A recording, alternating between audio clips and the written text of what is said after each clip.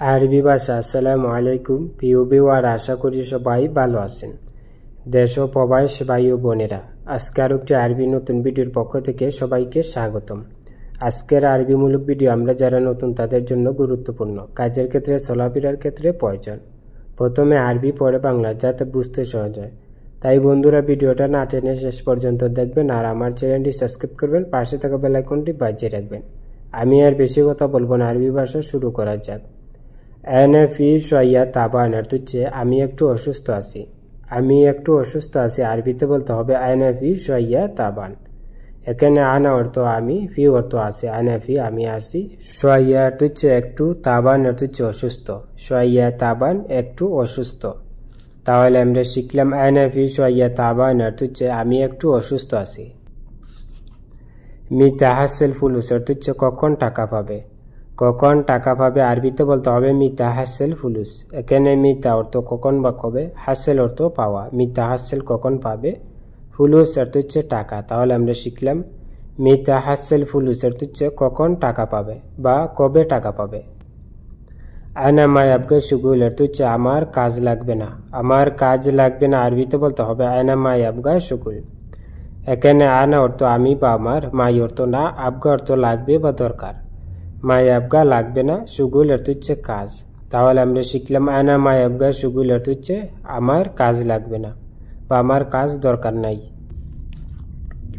ইনতা আতি ওয়াল্লা মাইয়াতিক অর্থ হচ্ছে তুমি দিবে নাকি দিবে না। তুমি দিবে নাকি দিবে না আরবিতে বলতে হবে ইনতা আতি ওয়াল্লা মাইয়াতিক।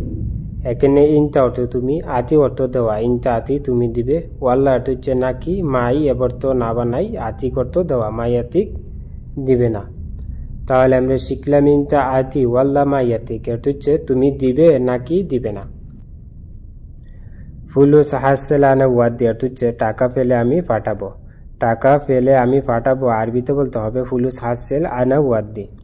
এখানে ফুলুস অর্থ টাকা, হাসেল অর্থ পাওয়া। ফুলুস হাসেল টাকা পেলে, আনা অর্থ আমি, ওয়াদি অর্থ পাঠানো। আনা ওয়াদি আমি পাঠাবো। তাহলে আমরা শিখলাম ফুলুস হাসেল আনা ওয়াদি অর্থ হচ্ছে টাকা পেলে আমি পাঠাবো। এমসি মাই আনা অর্থ হচ্ছে আমার সাথে চলো। আমার সাথে চলো আরবিতে বলতে হবে এমসি মাই আনা। এখানে এমসি অর্থ চলা, মা অর্থ হচ্ছে সাথে, মাই আমার সাথে। তাহলে আমরা শিখলাম এমসি মাই আনা অর্থ হচ্ছে আমার সাথে চলো বা এমসি মাই আমার সাথে চলো। আলিউম আনা ফি ফাদি অর্থ হচ্ছে আমি আজ অবসর আছি। আমি আজ অবসর আছি আরবিতে বলতে হবে আলিউম আনা ফি ফাদি। এখানে আলিউম অর্থ হচ্ছে আজ, আনা অর্থ আমি, আলিউম আনা আমি আজ, ফি অর্থ আসি, ফাদি অর্থ হচ্ছে অবসর বা খালি, ফি ফাদি অবসর আছি। তাহলে আমরা শিখলাম আলিউম আনা ফি ফাদি অর্থ হচ্ছে আমি আজ অবসর আছি।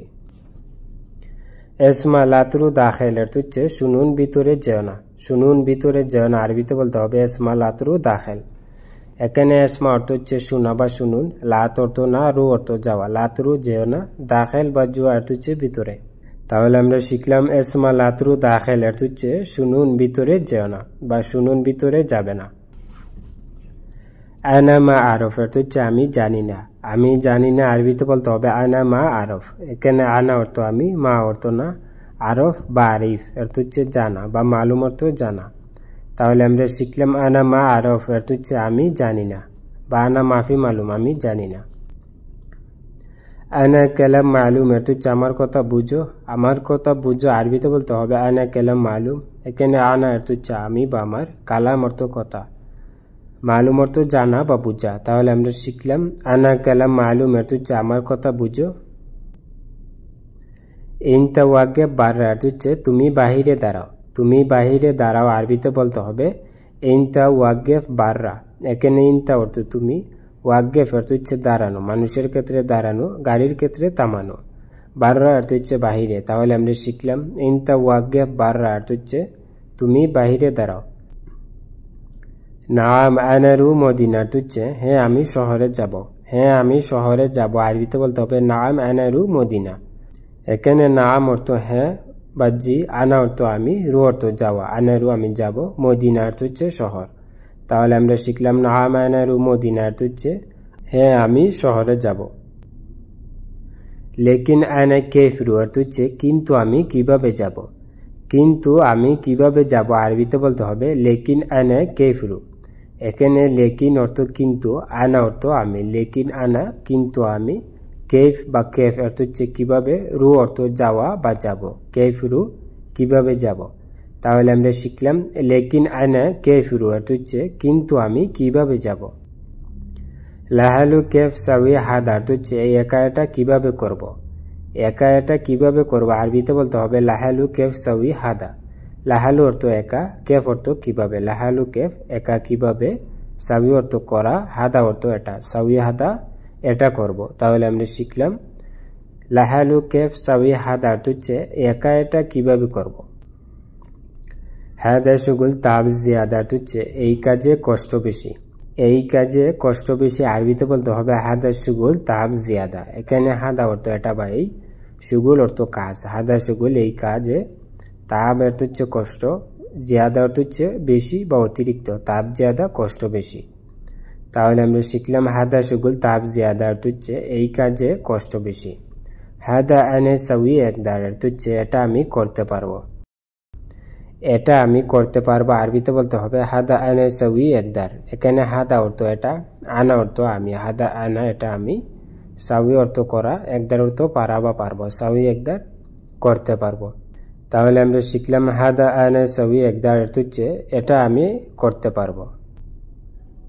জিব শান্তা হাগ্গি অর্থ হচ্ছে আমার ব্যাগ নিয়ে আসো। আমার ব্যাগ নিয়ে আসো আরবিতে বলতে হবে জিব শান্তা হাগ্গি। এখানে জিব অর্থ নিয়ে আসা বা দিয়ে যাওয়া, শান্তা অর্থ ব্যাগ, হাগ্গি অর্থ হচ্ছে আমার। তাহলে আমরা শিখলাম জিব শান্তা হাগ্গি অর্থ হচ্ছে আমার ব্যাগ নিয়ে আসো বা আমার ব্যাগ দিয়ে যাও। হাদা নফর এস আবগা অর্থ হচ্ছে এই লোকটির কি লাগবে। এই লোকটির কি লাগবে আরবিতে বলে হাদা নফর এস আবগা। এখানে হাদা অর্থ এটা বা এই, নফর অর্থ লোক, হাদা নফর এই লোকটির, ইয়েস অর্থ কি, আবগা অর্থ লাগবে বা দরকার, এস আবগা কি লাগবে বা কি দরকার। তাহলে আমরা শিখলাম হাদা নফর এস আবগা অর্থ হচ্ছে এই লোকটির কি লাগবে বা এই লোকটির কি দরকার। ইনতা গুল হুয়া তাল জুয়া অর্থ হচ্ছে তুমি তাকে বলো ভিতরে আসতে। তুমি তাকে বলো ভিতরে আসতে আরবিতে বলতে হবে ইনতা গুল হুয়া তাল জুয়া। এখানে ইনতা অর্থ তুমি, গুল অর্থ বলা, হুয়া অর্থ সেবা তাকে, ইনতা গুল হুয়া তুমি তাকে বলো, তাল অর্থ আসা বা আসতে, জুয়া অর্থ ভিতরে, তাল জুয়া ভিতরে আসতে। তাহলে আমরা শিখলাম ইনতা গুল হুয়া তাল জুয়া অর্থ হচ্ছে তুমি তাকে বলো ভিতরে আসতে।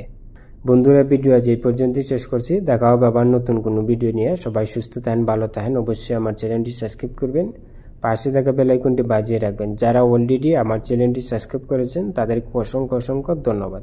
সবাই সুস্থ থাকেন, ভালো থাকেন। খুদা হাফেজ।